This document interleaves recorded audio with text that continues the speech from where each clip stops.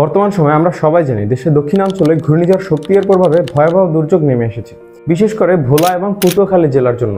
এখানকার মানুষ আজ মানবেতর জীবনযাপন করছে।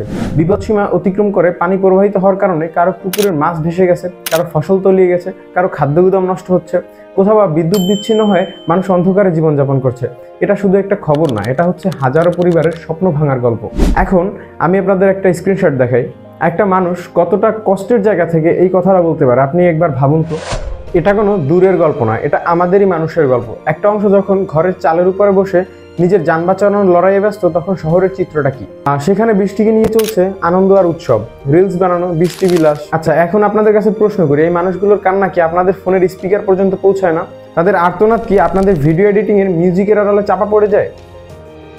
কি একটা অদ্ভুত অবস্থা দেখেন। একই সময় দেশের এক প্রান্তের মানুষ অতিবৃষ্টির কারণে বন্যার পানিতে ডুবে মরছে, আর অন্যদিকে দেশের অন্য প্রান্তের মানুষ সেই একই বৃষ্টিতে বৃষ্টি বিলাস করে যাচ্ছে। দেশে একই সময় কিছু মানুষ আছে যারা তখন ক্ষমতার লড়াই নিয়ে ব্যস্ত।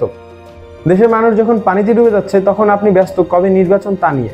আপনি ব্যস্ত কে থাকবে, কে যাবে, কে চেয়ারে বসবে এই নিয়ে ঘোর দৌড়াদৌড়িতে। কি একটা অবস্থা! আমি ভাই বুঝি না আপনাদের চিন্তা ভাবনার দৃষ্টিভঙ্গি এতটা বিচ্ছিরি কেন? মানুষ যখন বাঁচার জন্য, সাহায্যের জন্য হাত খুঁজছে, তখন আপনারা খুঁজছেন ক্ষমতার চেয়ার। দয়া করে একটু ভাবুন তো, এই দুর্যোগে যেই কৃষকের ফসল নষ্ট হলো, সে তো শুধু একা ক্ষতিগ্রস্ত হয়নি, আমরা সবাই ক্ষতিগ্রস্ত হচ্ছি। আজকে মাঠে ফসল নেই মানে আগামীকাল বাজারে দাম বাড়বে, শাকসবজি কমে যাবে, চাল ডালের দাম আকাশ ছোঁবে, আর তখনই আপনারা চিল্লাবেন দাম কেন বাড়ে, সরকার কি করে, এই চিৎকার। আপনি বুঝুন, আজকের কৃষকের কান্না আগামী দিনে আপনার পরিবারের ক্ষুধা হয়ে ফিরবে।